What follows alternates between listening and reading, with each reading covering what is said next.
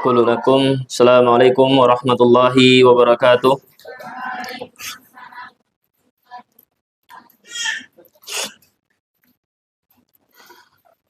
Alhamdulillah Rabbil alamin. Alhamdulillahilladzi an'amana bi ni'matil imani wal islam waj'alna khairal anam. Asyhadu an la ilaha illallah wahdahu la syarikalah wa asyhadu anna Muhammadan abduhu wa rasuluhu sayyidul khalaqi wal anam. Wa ala alihi wa ashabihi ahli sidqi wal wafa ila yaumil qiyamah amma ba'du. Rabbi israh li sadri wa yassir li amri wahlul 'uqdatam min lisani yafqahu qawli. Rabbi zidna ilma warzuqna fahma. Allahumma alimna bima yanfa'una wa anfa'na bima 'allamtana innaka antal alimul hakim. Ayuhat talabah asatid wal asatidah azani Allah wa iyyakum. Mari bersyukur kita kepada Allah Subhanahu wa taala yang mana pada kesempatan kali ini kita diberikan kesempatan untuk bisa berkumpul bersama dalam acara yaitu taklim mingguan yang sebagaimana sudah dijadwalkan dan diagendakan oleh bagian kesantrian.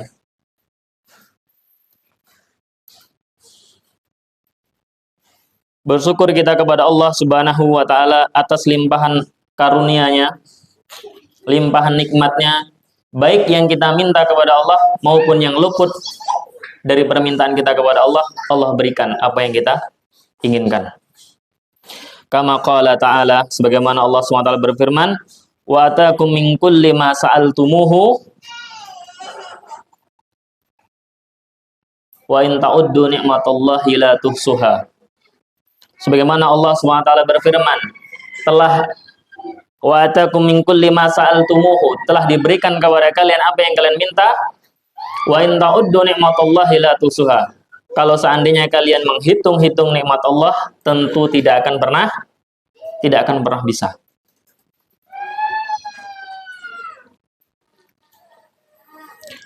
Bersyukur juga kita kepada Allah Subhanahu wa taala yang mana kita telah diberikan oleh Allah nikmat iman, nikmat yang luar biasa.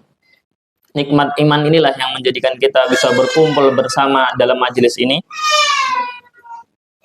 Berdoa kita kepada Allah Subhanahu wa taala semoga kita dijadikan oleh Allah sebagai ahlul imani imanan. Karena kita adalah penduduk akhir zaman. Berharap kita kepada Allah Subhanahu wa taala kita dijadikan oleh Allah menjadi ahlul imani imanan. Orang-orang yang paling utama dari orang-orang yang beriman. Sebagaimana dalam hadis riwayat Bukhari wa Muslim dikisahkan ketika Umar bin Khattab duduk bermajelis bersama Rasulullah SAW mengawali dengan satu pertanyaan kepada para sahabatnya. Ayyu khalqi a'jabu imanan ya ashabi. Wahai sahabatku, siapakah makhluk yang a'jaba imanan, yang imannya sangat menakjubkan? Maka para sahabat menjawab, qalu malaikah. Malaikat ya Rasulullah, yang imannya menakjubkan. Kata Rasulullah SAW, la. Al-malaikatu kaifa la yu'minun. Bagaimana malaikat enggak beriman? Kalau malaikat beriman itu a'jaba imanuhu, itu enggak ajaib. Kenapa? La ya'sunallah, karena malaikat itu diciptakan oleh Allah tidak pernah bermaksiat kepada Allah. Wa yaf'aluna ma yu'marun. Mereka selalu mengerjakan apa yang diperintahkan oleh Allah. Maka kemudian para sahabat mencoba untuk menjawab kembali. Qalu annabiyuna ya Rasulullah. Apakah mereka para nabi ya Rasulullah? Qala Rasulullah SAW, la, bukan. An-nabiyyu yuha ilaihim wa kaifa la yu'minun. Para nabi itu diberikan wahyu oleh Allah Subhanahu wa taala. Bagaimana mereka tidak beriman? Bukan mereka yang aku maksud, kata Rasulullah SAW. Kemudian para sahabat mencoba untuk menjawab lagi. Qalu minas sahabah ya Rasulullah. Apakah dia para sahabat ya Rasulullah? Qala Rasulullah SAW, la. As-sahabatu ma'an nabi kaifa la yu'minun. Para sahabat hidup bersama Rasulullah, menyaksikan bagaimana ayat satu persatu itu turun, bagaimana menyaksikan mukjizat-mukjizat Rasulullah satu persatu Allah berikan. Bagaimana mereka tidak beriman? Bukan itu yang Rasulullah maksud. Maka kemudian Rasulullah melanjutkan, walakin a'jaban nas imanan. Manusia yang menakjubkan imannya adalah qaumun yaji'una min ba'dikum, yang dia datang setelah kalian, wa yajiduna kitaban minal wahyi, dan kemudian mereka berpegang teguh dengan kitaban minal wahyi, yakni Al-Qur'an was sunnah, fayu'minuna bi walam yarawni, mereka beriman kepadaku meskipun mereka belum pernah melihatku, kata Rasulullah SAW. Wa yusaddiquni bi wa yusaddiquna bi walam yarawni, dan mereka mempercayaiku meskipun mereka belum pernah melihatku. Wa ya'maluna bi ma fihi, mereka mengamalkan Al-Qur'an dan As-Sunnah, fa ulai afdalu imanan, dan mereka itulah yang afdal imannya, yaitu penduduk akhir zaman, yaitu kita. Kita berharap kepada Allah SWT semoga kita dijadikan manusia-manusia, orang-orang yang beriman, yang afdalu imanan, yang iman kita itu adalah sebaik-baik keimanan. Amin amin ya rabbal alamin. Kemudian salawat serta salam selalu kita mohonkan kepada Allah agar selalu tercurah-curah kepada baginda kita Nabi besar Muhammad sallallahu alaihi wasallam. Sosok teladan, sosok yang penuh inspirasi, yang kita lihat dari sisi mana kebaikan pasti semuanya ada pada diri Rasulullah Shallallahu Alaihi Wasallam. Sebagaimana Allah SWT berfirman, laqad kana lakum fi Rasulillahi uswatun hasanah liman kana yarjullahi wal yaumil akhir. Jadi Rasulullah SAW itu dijadikan oleh Allah sebagai qudwatun hasanah, contoh, teladan bagi kita. Maka sudah pastinya kita menjadikan beliau sebagai figur, menjadikan beliau sebagai inspirasi bagi kita untuk menjalankan segala amal ibadah di dunia ini. Juga sebagaimana laksana risalah beliau itu sebagai air, yang mana air itu menyejukkan bagi orang-orang yang kehausan. Itu risalah beliau. Sebagaimana Allah SWT berfirman, وَجَعَلْنَا مِنَ الْمَاءِ كُلَّ شَيْءٍ حَيٍّ. Risalah Rasulullah bagikan air, yang dari risalah itu kita bisa hidup. Dengan risalah itu kita mati, dan dengan risalah itu kita hidup.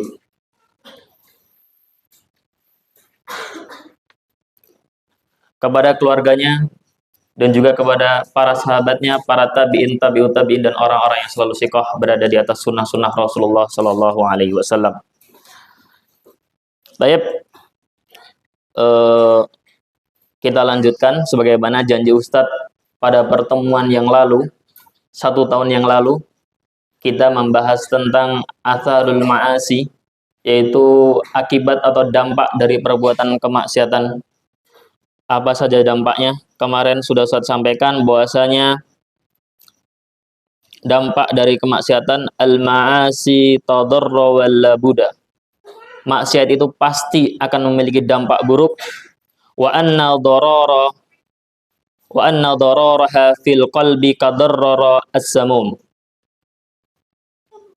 Bahayanya dosa itu, bahaya maksiat itu sebagai mana bagi hati kita, bahaya maksiat itu bagi hati kita, bahaya sebagaimana bahaya as-samum fil abdan, bagaimana bahayanya racun itu pada tubuh kita. Pasti lambat laun akan mematikan jasad kita. Dan begitu juga sebagaimana dosa lambat laun akan menjadikan hati kita mati. Fi qulubihim marad. Di dalam hatinya ada sakit, ada penyakit. Dan sampai kita memelihara maksiat sehingga hati kita menjadi apa? Menjadi keras, menjadi mati. Tsumma qasat qulubukum min ba'di dzalika fahiya kal hijarati aw asaddu qaswah. Atau bahkan hati kita akan menjadi lebih keras lagi daripada batu. Maka dengan itu kita harus mengetahui apa saja dampak dari kemaksiatan itu sehingga kita bisa mengantisipasi dan tidak menyebabkan hati kita menjadi sakit dan kemudian lambat laun hati kita menjadi mati. Baik. Kemarin sudah kita bahas yang pertama dampak dari kemaksiatan itu adalah hurmanul ilmi. Pelaku maksiat itu akan mendapatkan dampak yang pertama kali adalah terhalang dirinya dari mendapatkan ilmu. Kemarin sudah saya sampaikan. Sebagaimana Imam Malik bin Anas ketika melihat potensi dari muridnya yaitu Muhammad bin Idris Asy-Syafi'i, beliau menyampaikan satu petuah kepada Imam Syafi'i, inni arallahu qad alqa ala qalbika nuran fala tudfi'uhu bidulmatil ma'siyah. Aku melihat Allah telah meletakkan cahaya pada dirimu,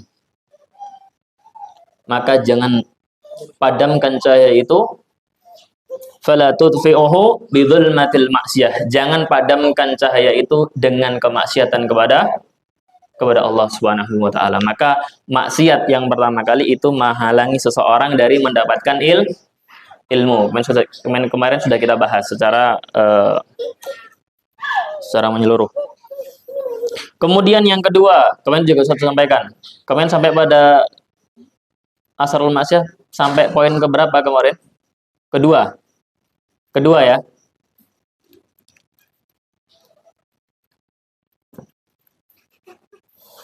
Poin kedua, hurmanur rizki.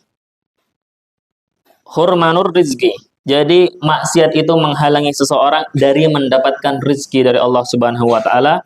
Innal abda la yuhramur rizqa bidzanbi yusibuhu. Jadi seseorang itu tidak akan diharamkan oleh Allah mendapatkan rizki. Karena apa? Karena sebab kemaksiatan atau dosa yang dia kerjakan. Sebagaimana rizki itu Allah letakkan di langit, ma indakum. Sebagaimana rezeki itu Allah letakkan di langit, wa fis sama'i rizqukum wa ma tu'adun. Sebagaimana qala Ibnu Abbas, inna fis sama'i lafurat. Allah meletakkan rezeki itu di langit, wa fis sama'i rizqukum. Jadi kalau kita lihat langit, kata Ibnu Abbas itu wa fis sama'i lafurat. Langit itu kayak ada lafurat, ada bolongan-bolongannya gitu. Kalian pernah lihat sarang lebah? Sarang lebah kan ada bolong-bolongan itu. Nah, itu kayak itu langit itu. Rezeki kalian itu diletakkan di situ. Kalau kalian maksiat, maka ghuliqam baban min abwabir rizki, maka akan tertutup itu. Ditutup keran rezeki itu oleh Allah SWT. Kenapa? Karena sebab kemaksiatan kalian. Maka untuk membuka rezeki itu tidak lain dan tidak bukan wala yuftahu illa bitaubah. Tidak akan dibuka oleh Allah kecuali dengan cara tobat kepada Allah SWT. Itu yang kedua kemarin ya. Kita lanjut yang ketiga.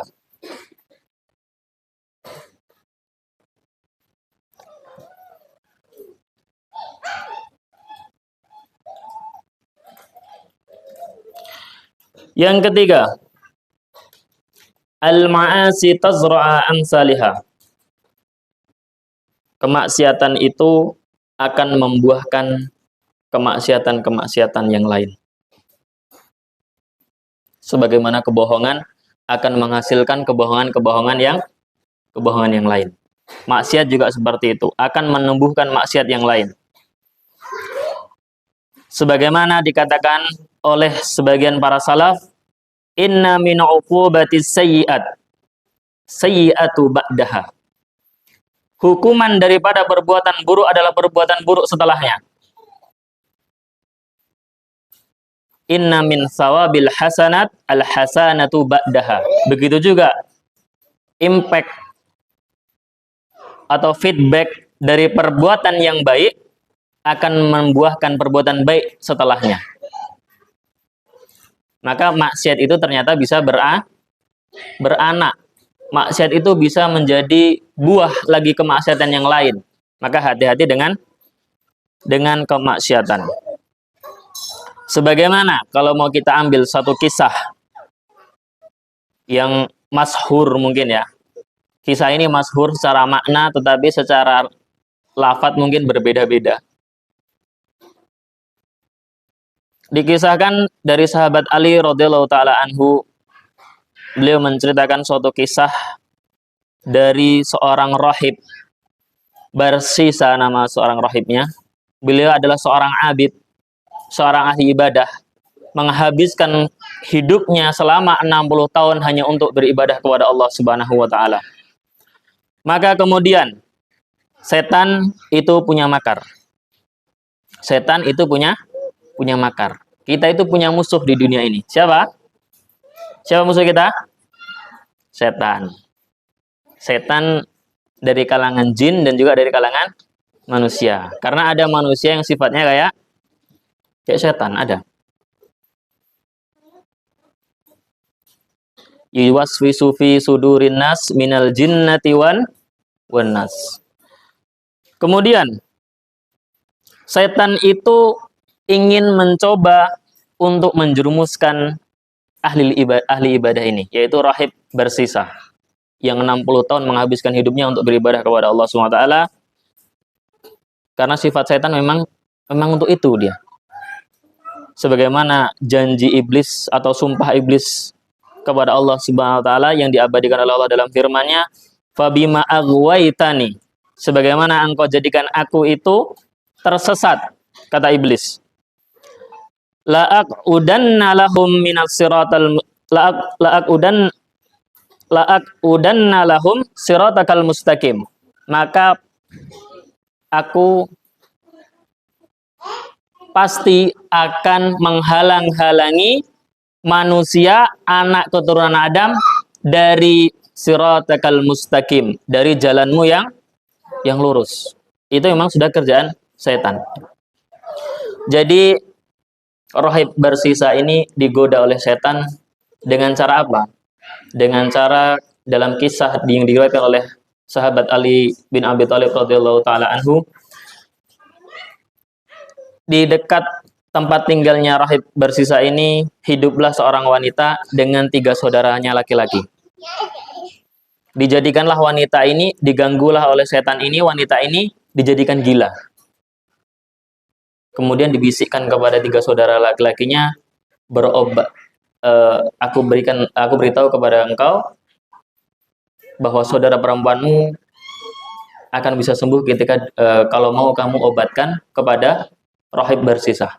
Kemudian 3 orang, tentu setan itu menyerupai manusia ya, mendatangi 3 saudara laki-lakinya ini. Kemudian ketika diobatkan kepada rahib tadi, diobati oleh rahib tadi, seorang abid tadi, maka proses pengobatan itu kan bertahap, nggak langsung sembuh, pulang lagi, maka menginap di rumahnya rahib itu. Tentu makan dan minum ditanggung oleh si rahib. Nah ini kan termasuk daripada talbisnya iblis ya, tipu dayanya iblis untuk menyesatkan manusia itu seperti itu. Ini juga kalian bisa ambil ibrohnya. Yang awalnya kalian mungkin ya, biasanya nih ya, santriwati, ya para akhwat lah ya secara umum, itu ada ikhwan bakwan ya, yang coba untuk menggoda kalian dengan cara apa? Mengingatkan kalian untuk selalu qiraatul Quran. Ini awalnya kayak gini nih. Tipu daya itu kayak gitu tuh. Karena Allah sudah menetapkan kepada anak Adam nasibuhu minaz zina, sudah ditetapkan oleh Allah. Dari matanya zinanya dengan melihat, kemudian telinga zinanya dengan istima, mendengar. Sampai nanti pada akhirnya yusaddiqu farjuhu wa yukadzibuhu. Tergantung kemaluannya lagi terakhir. Maka Barsisa ini digoda lagi oleh si setan tadi untuk apa? Ketika memberikan makan, masa cuman diketuk terus ditinggal, nggak sopan loh, diajak basa-basi ngobrol gitu kan. Sampai pada akhir cerita wanita tadi berzina dengan Barsisa, kemudian wanita tadi hamil, kemudian Barsisa dihasut lagi oleh setan untuk apa? Untuk membunuh si wanita tadi. Kemudian wanita tadi singkat cerita dibunuh, kemudian dikuburkan. Kemudian ketika bertanya tiga saudara laki-lakinya, maka Barsisa sudah menyiapkan alasan. Alasannya apa? Sakit yang terus menerus sehingga tidak bisa diselamatkan dan kemudian dikuburkan oleh Barsisa. Singkat cerita, tiga orang ini kemudian pulang ke rumah. Dalam tidurnya di malam hari, setan masuk ke dalam mimpinya, kemudian memimpikan bahasanya apa? Kondisi yang terjadi sebenarnya. Ketika bangun, ketiga-tiganya cerita, mimpinya sama. Kemudian didatangi lagi Barsisa bersama seorang raja ketika itu. Jadi Barsisa ini pendeta dari kalangan Bani Israel. Kemudian ketika didatangi, singkat cerita dia tidak bisa beralasan lagi dan dia mengakui kesalahan yang dia perbuat. Kemudian dia dijatuhi hukuman. Datang lagi setan. Aku yang menyesatkanmu dan akulah yang akan bisa menolongmu. Maka sujudlah kepadaku, maka aku akan menolongmu. Barsisa sujud lagi kepada Allah. Betul. Barsisa sujud lagi kepada setan tadi. Kemudian Barsisa dibunuh dan dia mati dalam keadaan kafir. 60 tahun dia beribadah kepada Allah, ternyata menutup kematiannya dengan su'ul khatimah. Na'udzubillah min dzalik. Ini diakibatkan apa? Diakibatkan maksiat yang dilakukan, kemudian menumbuhkan maksiat yang lain. Awalnya dia berzina, kemudian dia membunuh, kemudian dia menyembah setan, kemudian dia dibunuh dan dia mati dalam keadaan kafir kepada Allah Subhanahu wa taala.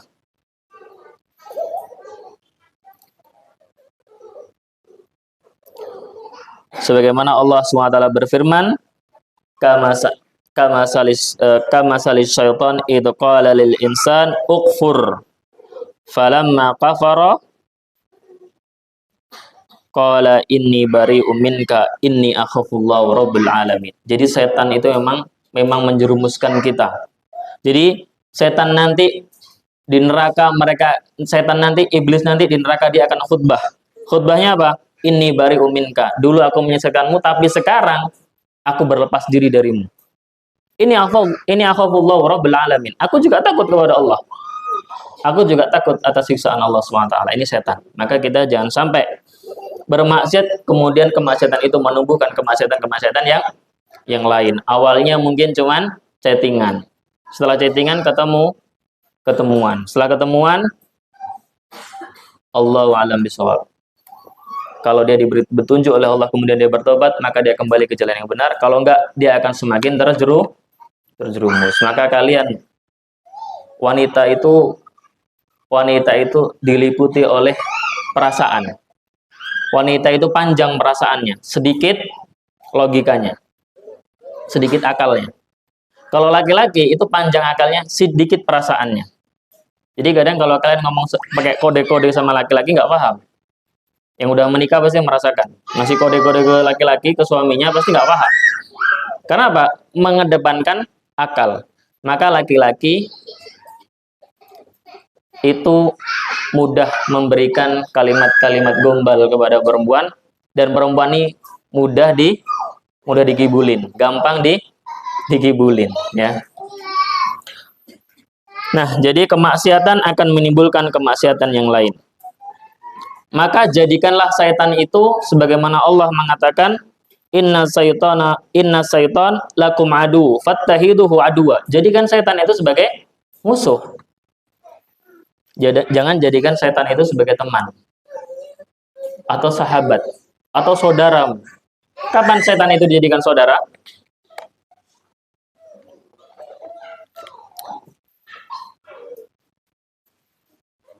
Ustaz tanya sama santriwati, kapan setan itu dijadikan saudara?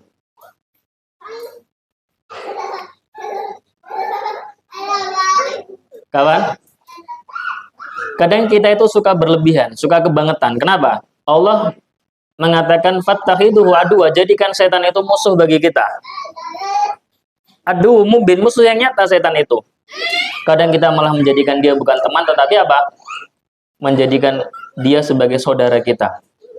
La tubadzir tabdzira. Innal mubadirin ikhwanus syayatin. Jadi ikhwannya setan. Bukan ashab, tapi ikhwan. Jadi saudaranya setan. Maka jangan pernah lagi mubazir. Ingat, banyak saudara-saudara kita di belahan dunia yang lain. Kalian lihat di Afrika, mereka di Afrika, di Palestina, saudara-saudara kita, mereka terbatas makanan. Bahkan mereka makan dengan makanan yang tidak layak untuk dimakan. Kita di sini udah lebih daripada cukup. Maka jangan sampai kalian hambur-hamburkan. Kalau kalian hambur-hamburkan, kalian menjadikan diri kalian menjadi saudaranya setan. Kalian sendiri yang bilang ya. Kemudian yang keempat, min athari ma'asi. Efek dari maksiat. Yang keempat adalah ma'siyah yajlibul iqab wal adab. Maksiat itu akan mendatangkan hukuman dan azab dari Allah Subhanahu wa taala.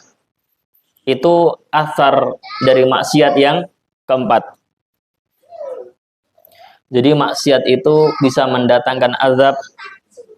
Maksiat juga bisa mendatangkan hukuman dari Allah Subhanahu wa taala. Sebagaimana ahbarul umam as-sabiqah qasallahu alaina ahbarahum fil Qur'an tajid anna halakahum kana bisababil ma'asi. Allah sudah banyak mengkisahkan kisah-kisah orang terdahulu. Al-umam as-sabiqah, yang mereka itu halakahum, Allah binasakan mereka karena apa? Karena bisababil ma'asi, karena sebab kemaksiatan-kemaksiatan yang mereka lakukan. Maka sebab yang keempat adalah maksiat itu bisa mendatangkan iqab wal adab, murka Allah dan azab dari Allah SWT. Pada zaman sahabat Umar ibnul Khattab, di masa kekhalifahannya sahabat Umar ibnul Khattab, kota Madinah diguncang gempa 2 kali.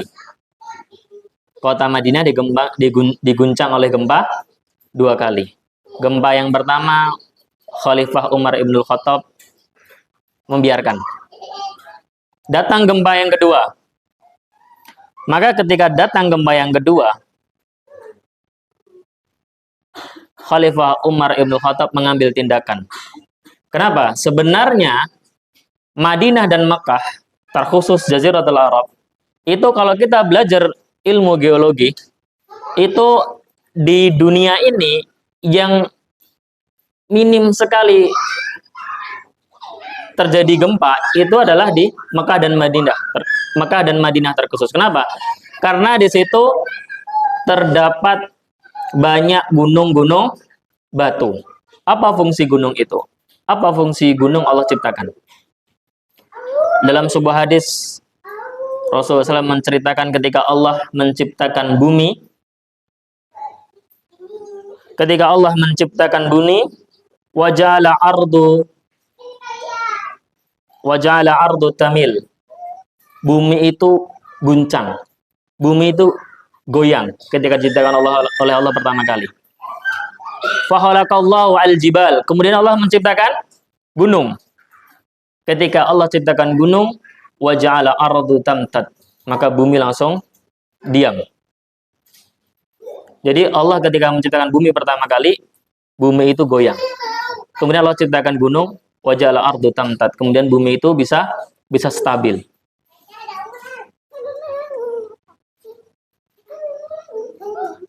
Nah, dalam hadis itu ketika Rasulullah diceritakan oleh Rasulullah ketika Allah menciptakan bumi, kemudian Allah menciptakan gunung, bumi tidak bergoyang lagi, malaikat itu takjub dengan itu. Malaikat takjub dengan itu, kemudian malaikat itu bertanya kepada Allah, afi khalqika khalqun a'dhamu minal jibal. Ya Allah, ada enggak yang lebih hebat daripada gunung ciptaanmu itu? Maka kata Allah SWT, ada. Apa itu ya Allah? Ya Rabb, kata malaikat. Abdum mu'min yatasaddaqu bisadaqatin fa'ahfaha hatta la ta'lam simaluhu ma tunfiqu yaminahu. Ternyata seorang mukmin yang bersedekah dengan sedekahnya, kemudian fa'ahfaha, dia menyembunyikan sedekahnya itu, diam-diam dia bersedekah, hatta la ta'lam shimaluhu ma tunfiqu yaminu, sampai tangan kirinya nggak tahu apa yang disedekahkan oleh tangan kanannya. Ini bentuk kalimat apa ya? Kalimat kiasan, bukan kalimat makna hakiki ya. Ya kan, masa tangan nggak tahu kan gitu. Maknanya orang lain nggak ada yang tahu kecuali dia dengan Allah SWT. Orang yang mukmin yang seperti itu ternyata lebih hebat daripada gunung yang bisa menstabilkan bumi tadi. Maka ketika Allah menciptakan gunung, kemudian bumi itu bisa tamtad, sebagaimana Allah berfirman dalam surat Al-Luqman ayat 10, wa ja'alna fil ardi rawasiya an tamida bihim. Jadi gunung itu sebagai pasak. Wa ja'alna wal jibala autada. Gunung itu jadikan pasak. Jadi kalau apa nih, meja nih ya, contohnya saya contohkan. Meja ini kalau nggak dikasih apa bahasanya itu, kalau paku ini dari kayu. Set. Bahasanya kalau orang Minang becarut ya. Paku lah saya bahasakan ya, paku dari kayu nih. Pasti kalau disusun aja tanpa dipaku, tanpa dipasak, ini meja bisa goyang. Tapi ketika dikasih pasak, meja ini nggak akan goyang, akan kokoh, tamtad. Begitu juga bumi. Allah berikan gunung itu untuk menstabilkan bumi tadi biar nggak goyang. Nah, di Jaziratul Arab, terkhusus di kota Madinah ketika itu Khalifah Umar, kan harusnya ya, secara geologi, kita kalau belajar ilmu geologi itu kan, gunung itu ya yang menjulang ke atas sama yang menghujam ke bawah, itu lebih dalam lagi yang menghujam ke bawah. Gunung 3000 mdpl, yang ke bawah itu bisa 10.000 mdpl. Enggak mdpl, bukan mdpl. Bisa 10.000, bisa 2 kali lipat atau 3 kali lipat dari panjang ke atasnya. Itu gunung. Karena dia apa? Pasak.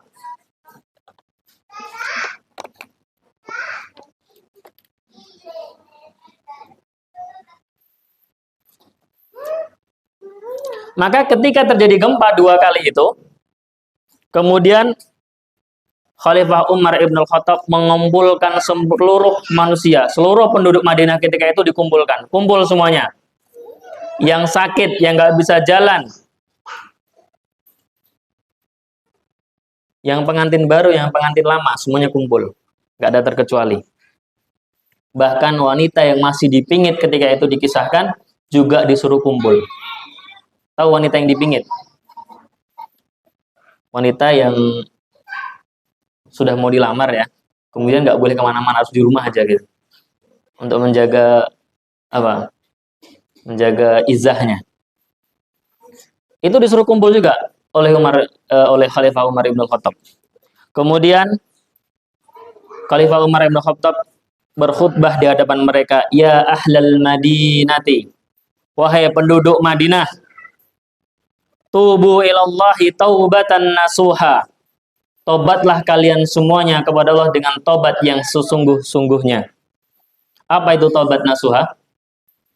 Apa itu tobat nasuha? Pengertian nasuha itu apa? Nu'man bin Bashir menceritakan ketika Umar bin Ibnul Khattab ditanya tentang apa itu taubatan nasuha. Ma makna nasuha ya Umar? Umar menjawab, anta tuba min dhanbi thumma la ta'udu fih au la turidu an ta'ud. Kamu bertobat kepada Allah dari sebuah dosa, dari sebuah maksiat, thumma la ta'udu fihi, dan kamu tidak mengulangi maksiat itu, atau bahkan la turid an ta'ud, kamu bahkan sedikit pun tidak mau untuk mengulangi maksiat itu lagi. Itu disebut dengan taubatan nasuha. Ya ahlal Madinah tubu ilallahi taubatan nasuha. Tobat kamu kepada Allah dengan tobat yang sesungguh-sungguhnya. Kenapa? Kata Umar Ibn Khattab, ma anzalallahu bala wal waba illa bi dzambin wa ma'siyatin. Karena Allah tidak mungkin menurunkan wabah. Al-waba wal bala. Wabah itu sudah diserap menjadi bahasa Indonesia ya. Wabah itu kan apa? Endemik.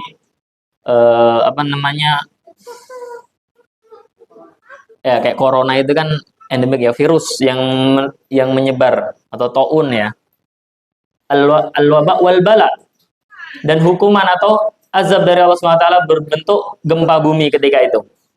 Illa bidan bin wa maksiatin, kecuali karena dosa dan karena maksiat kepada Allah Subhanahu wa taala. Kemudian kata Umar bin Khattab, fa in atathalithata.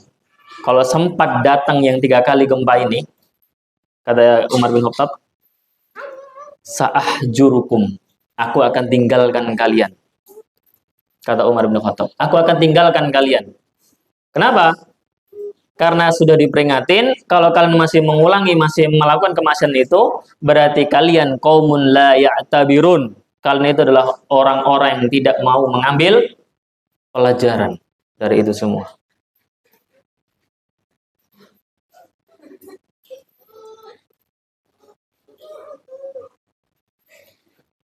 Ini menjadikan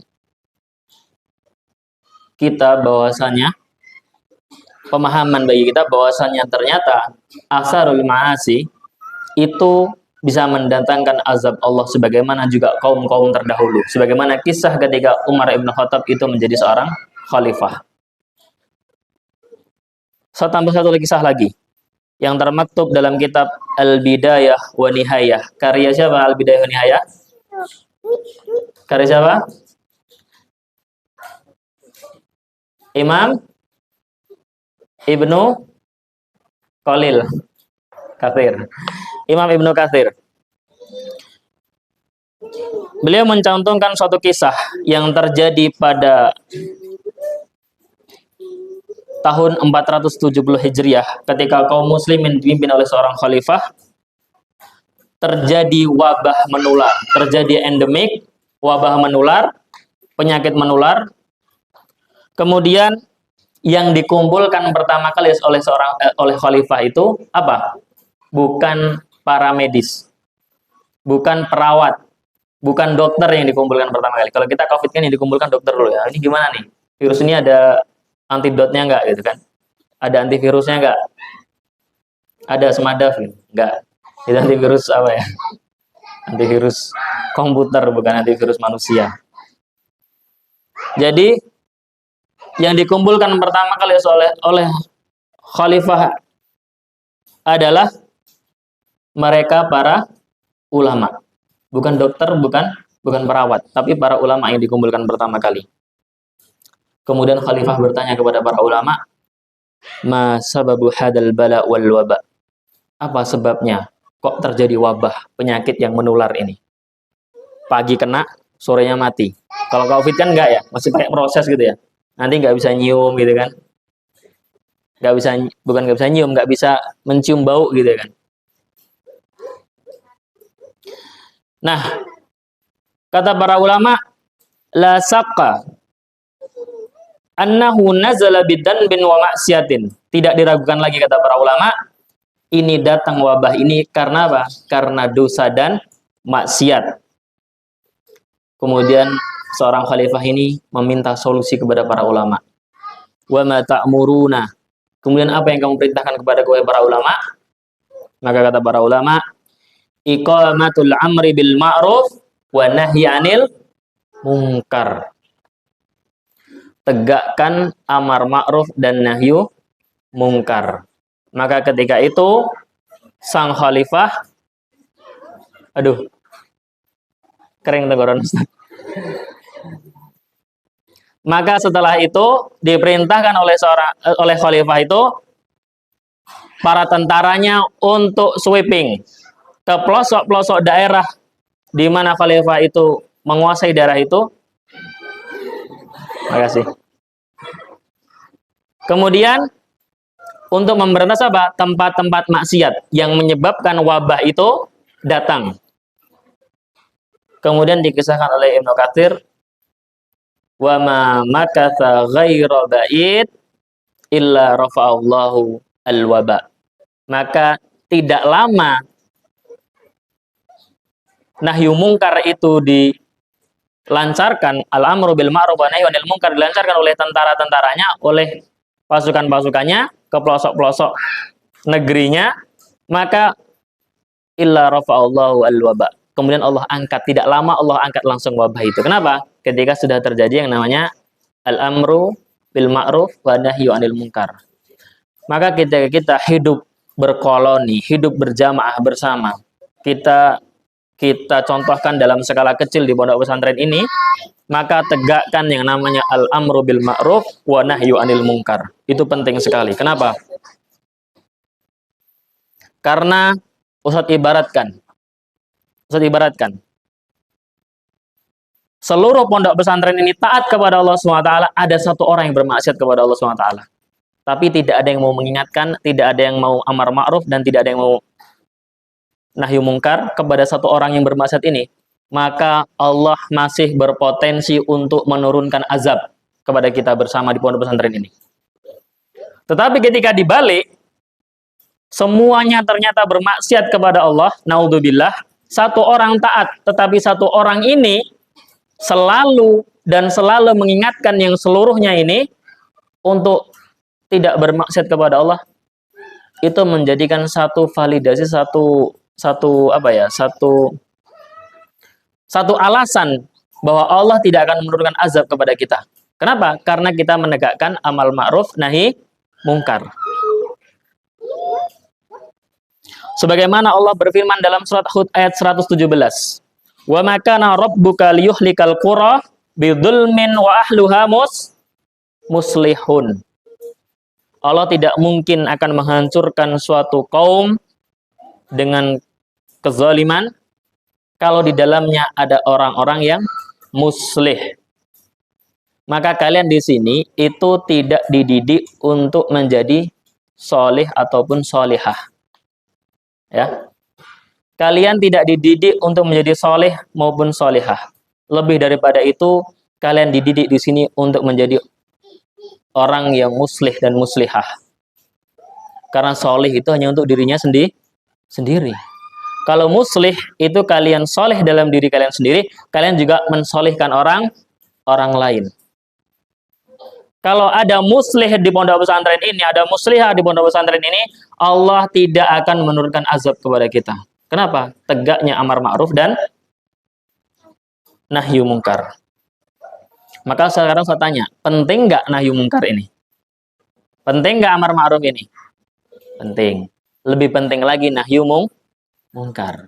Qala ba'du salaf, al-amru an-nahyu asyaddu minal amru. Larangan itu lebih penting daripada perintah. Kenapa? Karena kalau perintah itu kan berkaitan dengan apa? Kita melakukan sesuatu. Kita diperintahkan untuk sesuatu, kita melakukan itu ya. Tapi kalau larangan kan itu menahan selera kita dari sesuatu, ya kan? Larangan itu mencegah kita dari akan sesuatu yang kita selerai gitu loh. Jadi lebih penting nahyu mungkar dibanding amar ma'ruf. Keduanya penting, tapi lebih penting asyaddu. Kenapa? Diibaratkan oleh salaf bahwasanya ammalul birri ya'maluha al-barri wal fajir. Karena perbuatan yang baik itu yang melakukan nggak cuman orang baik. Al-barri wal fajir itu semuanya melakukan kebaikan. Yang sholat itu nggak cuman orang yang taat kepada Allah. Ustadz tuh kalau dulu ya, kalau di pondok pesantren Ustadz dulu, itu kalau keluar Jumat pertama ya, Ustadz Ramadan, Jumat pertama ya. Kita keluar Jumat pertama, kalau sholat di Masjid Raya Bukit Tinggi ya, itu yang sholat, itu preman, tatonya banyak gitu kan, antingnya di mana-mana gitu. Dia sholat, itu salutnya Ustadz. Dia nggak pernah meninggalkan sholat. Mau perampok, mau pencuri, mau pezina, sholat. Jadi yang melakukan kebaikan itu nggak cuma orang baik, orang buruk pun melakukan kebaikan. Tetapi layat truku tidak akan meninggalkan kemaksiatan illa shadiqun, kecuali dia adalah orang-orang yang jujur. Jadi yang meninggalkan maksiat itu adalah orang-orang yang betul-betul jujur dengan ilmu dan amalnya. Tetapi kalau kebaikan itu yang mengerjakan, ya semua orang mengerjakan kebaikan, gitu loh. Paham ya?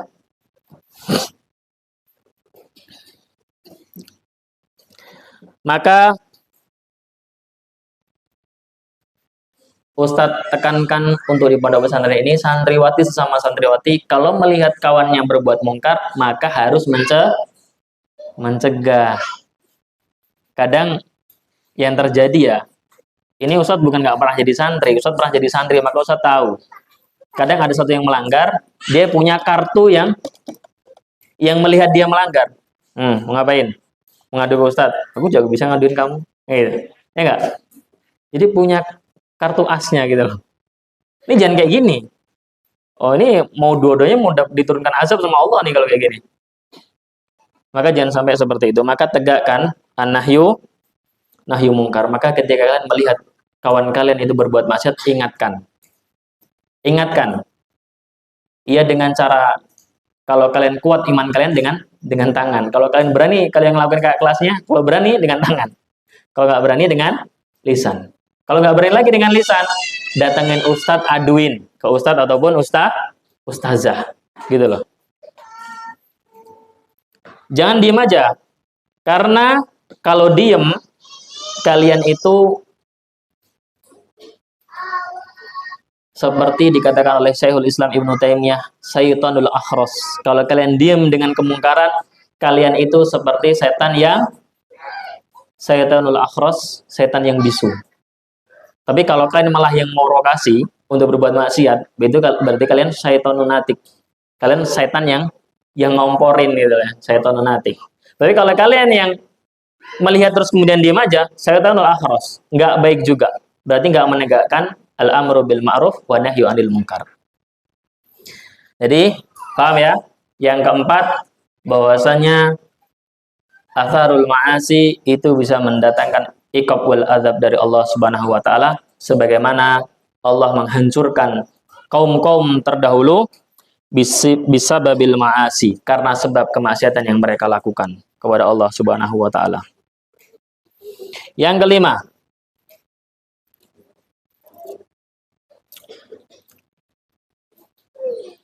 ya.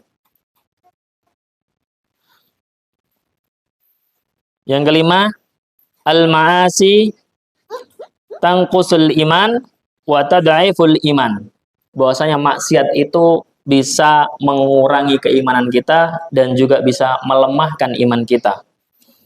Sebagaimana pemahaman ahlu sunnah wal jamaah, al-imanu yazidu wa yanqus. Yazidu bitta'ah wa yanqusu bil ma'asi. Iman itu bisa bertambah dan berkurang. Jangan seperti pemahamannya orang-orang murji'ah. Min aqidatil murji'ah. Dari akidahnya orang-orang murji'ah. Mereka beranggapan bahwasanya annal a'mal laisa fihi atharun bil iman. Perbuatan itu nggak ada efeknya, nggak ada impactnya kepada keimanan kita. Mau zina, mau mencuri, mau membunuh, mau apapun maksiat yang dilakukan, tidak akan ada efeknya kepada imannya. Imannya tetap 100%.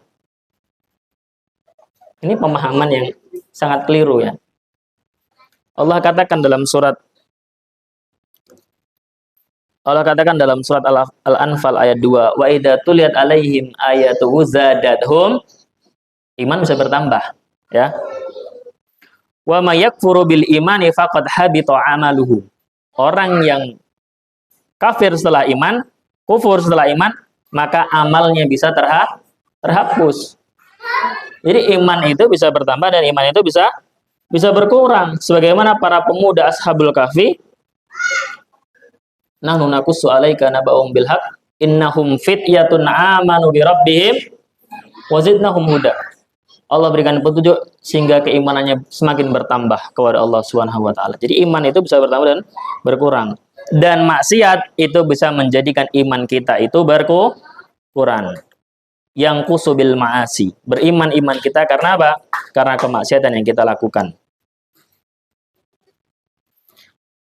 Kama qala Rasulullah SAW, la yazni zani hina yazni wa huwa mu'min, wa la yasriku sarik hina yasrik wa huwa mu'min, wa la yasribul khamra hina yasrib wa huwa mu'min. Tidak mungkin orang yang meminum khamr ketika dia meminum khamr dalam keadaan beriman. Maksudnya beriman di situ imanan kamilan. Gak mungkin imannya sempurna kalau dia minum khamr. Wala yasriku sari, gak mungkin dia mencuri kalau ketika dia mencuri imanan kamilan, imannya sempurna.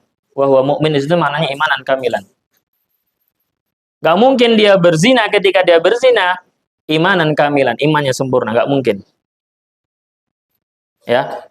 Dan ini dari hadis ini nih, ini muncul satu pemahaman yang terlalu ekstrim, yaitu orang-orang Khawarij. Yang kelas 45 tahu apa itu Khawarij?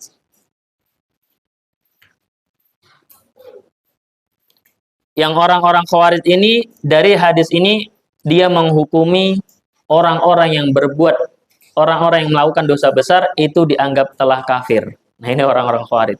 Terlalu ekstrim ya. Terlalu ekstrim.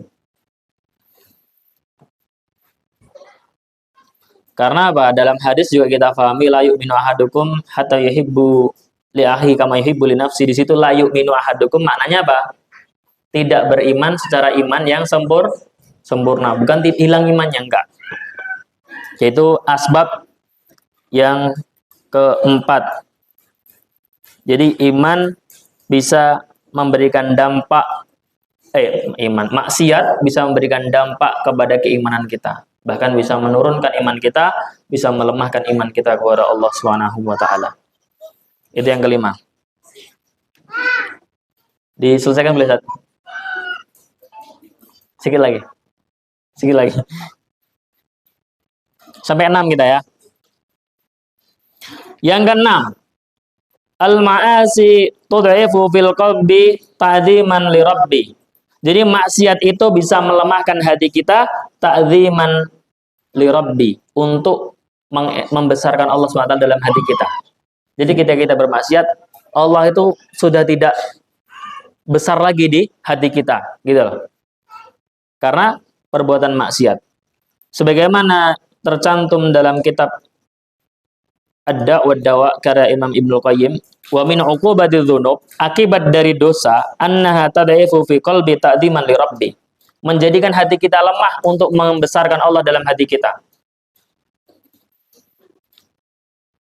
Wa tadaifu wa qarrahu bil qalbi fala budda sa'am abad. Mau tidak suka, mau tidak mau, ketika kita bermaksiat, di dalam hati kita, kita tidak membesarkan Allah. Kita tidak menjadikan Allah itu maha agung lagi. Kita meremehkan lagi dalam hati kita. Kenapa? Imbas daripada maksiat yang kita lakukan. Yang menjadikan kalau hati kita tidak bermaksiat, maka Allah itu besar dalam hati kita sehingga kita takut untuk melakukan kemaksiatan. Atau bahkan sebaliknya. Warubama iqtarul muqtar wa qala innama yahmiluni 'alal ma'asi husnur raja. Atau bahkan orang yang dilalaikan atau orang yang ditipu dengan keadaan apa? Bahwasanya dia bermaksiat, ya udahlah, dia punya husnur raja, dia punya harapan yang baik kepada Allah. Allah kan Maha Pengampun, enggak apa-apalah. Kan cuman chattingan aja gitu. Kan juga membahasnya ilmu loh di dalam chattingannya gitu. Ini kan menjadikan apa? Menjadikan Allah itu ta'dziman li rabbi itu mulai melemah gitu loh. Jadi meremehkan. Kenapa? Karena Allah kan Maha Pengampun, berharap dengan afwu Allah, kemudian maghfirah dari Allah, sehingga kita meremehkan dosa itu. Kita merasa al-amnu min makrillah. Kita merasa aman dari makarnya Allah. Padahal itu tidak boleh. Dalam satu sisi kita ya'su min rahmatillah, tidak boleh. Putus asa dari rahmat Allah juga tidak boleh. Kemudian al-amnu min makrillah juga tidak boleh. Sahabat Abu Bakar As-Siddiq itu pernah mengatakan, kalau seandainya kaki kananku masuk ke dalam surga, sedangkan kaki kiriku itu masih di luar, maka aku tidak akan pernah aman dari rencana Allah, kata Abu Bakar. Maka kita jangan sampai pernah aman dengan rencana Allah. Al-amnu min makrillah itu nggak boleh. Bahkan sahabat Ibnu Mas'ud yang dikatakan oleh Rasulullah, betisnya itu lebih berat daripada gunung Uhud. Jadi Ibnu Mas'ud itu pernah manjat pohon kurma, betisnya itu nampak. Betisnya Ibnu Mas'ud itu kecil. Sahabat itu ketawa gitu kan. Kemudian Rasulullah SAW melihat, kenapa kita ketawa?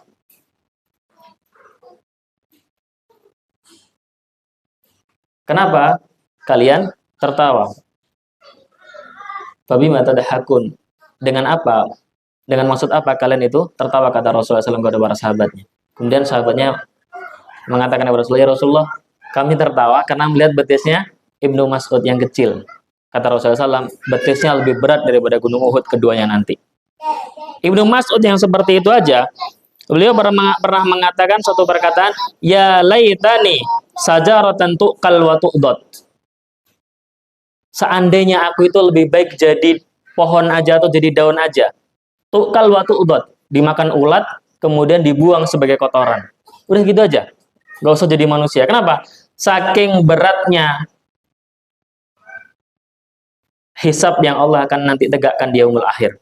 Itu sampai takut Ibnu Mas'ud, sampai beliau mengatakan, "Ya laitani sajaratan tuqal wa tu'dad." Lebih baik aku jadi pohon atau jadi daun yang dimakan ulat kemudian dibuang begitu aja sebagai kotoran. Ini menandakan apa?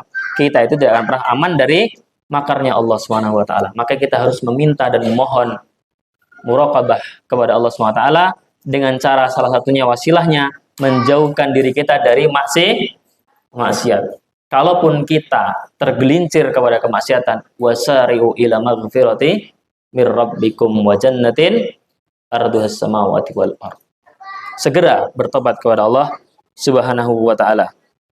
Mungkin itu saja yang saya sampaikan. Kita terhenti pada 6 poin. Kalau ada kesempatan kembali kita bahas selanjutnya, karena asrul ma'asi itu banyak, ada banyak. Maka kita harus bahas biar kita tahu apa aja impact dan akibat daripada kemaksiatan yang kita lakukan. Mungkin itu saja, sudah masuk waktu isya. Ustaz tutup dengan bacaan hamdalah dan doa kafaratul majelis. Wabillahi taufiq wal hidayah. Assalamualaikum warahmatullahi wabarakatuh.